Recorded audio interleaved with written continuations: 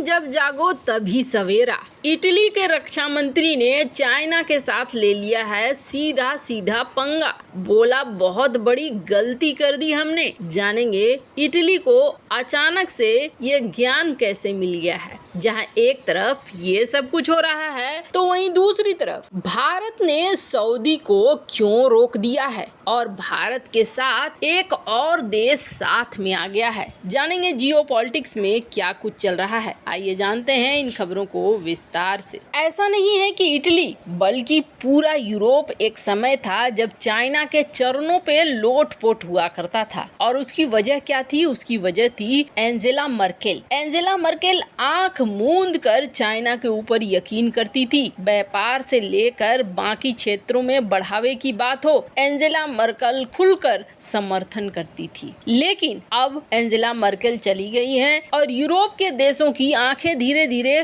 खुल रही हैं। जब BRI परियोजना लेकर आया था चाइना ना, तब सभी देशों ने लगभग हाँ कहा। भारत एकमात्र देश था जिसने BRI परियोजना को हाँ नहीं कहा और न ही BRI परियोजना कोई एंट्री होने दी। पर इटली तक BRI परियोजना पहुंच गया। 4 साल पहले चीन के BRI परियोजना में शामिल होने का फैसला लिया इटली ने। हालांकि यूरोप में इकलौता ऐसा देश बन रहा था जिसने BRI को साइन किया, पर अब वो इस चीज को सोच रहा है कि इस BRI परियोजना से वो कैसे निकलें। चीन दरअसल BRI परियोजना में एशिया, यूरोप और पुराना जो सिल्क रोड था उसे जोड़ने की कोशिश कर रहा था। लेकिन माना गया आज के डेट में कि चाइना जो सोच रहा था वो एकदम उल्टा था। चाइना जियोपॉलिटिकल और इकोनॉमिक तौर पर बढ़त हासिल करना चाह रहा था, इसलिए इसने एक चाल चली। सिल्क रोड में इटली को शामिल करने के लिए कहा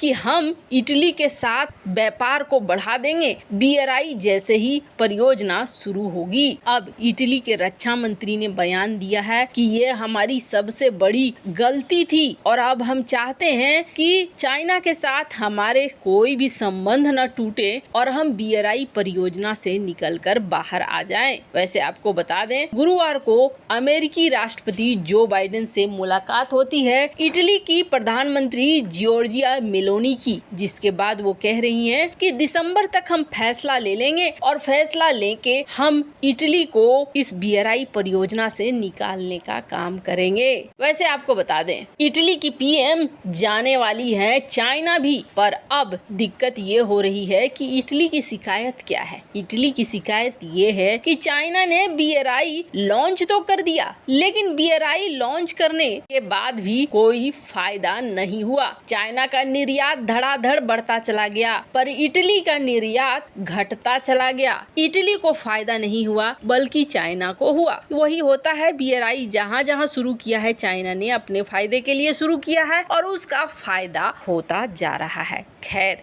इटली की इस वक्त इकोनॉमी भी सही नहीं चल रही है। यही वजह है कि इटली अब हर उस चीज को देख रहा है जहां से उसे प्रॉफिट हो, नुकसान कम हो, और इसलिए इटली को अब BRI परियोजना याद आ रही है। खैर, जहां एक तरफ ये सब कुछ हो रहा है तो वहीं दूसरी तरफ भारत ने अचानक से सऊदी को रोक दिया है और भारत का साथ दे दिया है एक और देश ने। दरअसल इस वक्त चाइना और सऊदी के संबंध किसी से छिपे नहीं हैं। भारत के भी संबंध सऊदी से खराब नहीं हैं, लेकिन फिर भी भारत ने ऐसा क्यों किया है? वैसे आपको बता दें, सऊदी के एक्सपर्ट हैं सलमान अल अंसारी। उनका कहना है कि सऊदी इस वक्त एशियाई देशों में सबका चहेता बना हुआ है, सबके साथ इसकी बहुत अच्छी दोस्ती है। चीन सऊदी अरब का सबसे बड़ा तेल ग्राहक है, जबकि OPEC प्लस गठबंधन के साथ रूस से भी रिश्ते सऊदी के बहुत अच्छे हैं। भारत के साथ भी बहुत ही बढ़िया रिश्ते हैं। ऐसे में भारत अपोज में क्यों खड़ा होगा सऊदी अरब के? तो आपको बता दें, दरअसल बात हो रही है ब्रिक्स की। ब्रिक्स में चाइना अपना दिमाग लगा रहा है। चाइना दुनिया की बड़ी बड़ी संस्थाओं में कुछ अलग बदलाव करना चाह रहा है। चाइना ने सबसे पहले SCO में दिखाया। SCO की जब मीटिंग हुई तो पाकिस्तान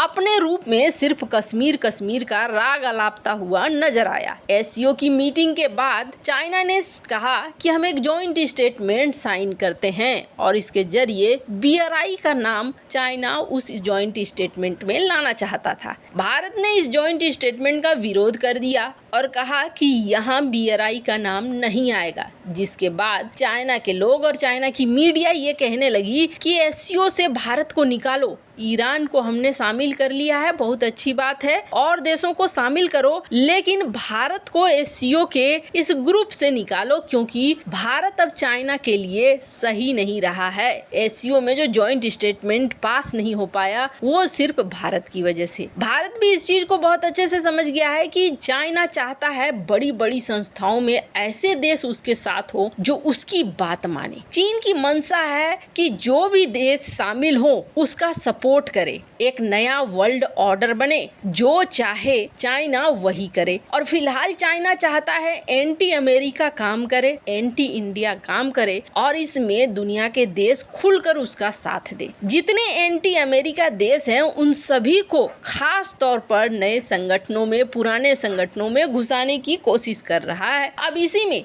सऊदी अरब, इंडोनेशिया, मिस्र, इन सब को ब्रिक्स में शामिल करना चाह रहा है चाइना। चाइना चाह रहा है कि ब्रिक्स को बड़ा किया जाए और ब्रिक्स को बड़ा करके इसमें नए देशों को शामिल किया जाए। भारत नए देशों के शामिल करने के विरोध में नहीं है। और वैसे आपको बता दें, दक्षिण अफ्रीका के जोहान्सबर्ग में होने वाले ब्रिक्स शिखर सम्मेलन की तैयारी को लेकर आपत्ति उठाई गई है। इस शिखर सम्मेलन में ब्रिक्स के सदस्य ब्राजील, रूस, भारत, चीन और दक्षिण अफ्रीका, इंडोनेशिया और सऊदी अरब को शामिल करके संभावित विस्तार पर चर्चा करेंगे कि कैसे विस्तार किया जा सकता है। ऐसा दिख रहा है जैसे ब्रिक्स को चाइना अपने हिसाब से मॉडिफिकेशन करना चाह रहा है और इसी चीज के लिए भारत ने पहले ना कहना शुरू किया। भारत ने कहा कि देखो, हम विस्तार के समर्थन में नहीं हैं और ऐसे देशों को इस ग्रुप में हम शामिल नहीं करना चाह रहे हैं जहां अभी लोकतंत्र नहीं है। अगर आपको शामिल ही करना है तो लोकतांत्रिक देशों को आप शामिल क्यों नहीं करते हैं? लोकतांत्रिक देशों की भी एंट्री इसमें कराइए। अगर हम यहाँ पर लोकतांत्रिक देशों की एंट्री कराएंगे तो निर्णय लेना ज्यादा आसान होगा। वैसे आपको बता दें, इस मुद्दे पर भारत में विदेश मंत्रालय ने कोई टिप्पणी नहीं की है। कहा जा रहा है कि भारत नहीं चाहता है कि इस वक्त कोई बड़ा विस्तार हो ब्रिक्स पर और भारत या अमेरिका को घेरने की कोशिश हो। ऐसा न हो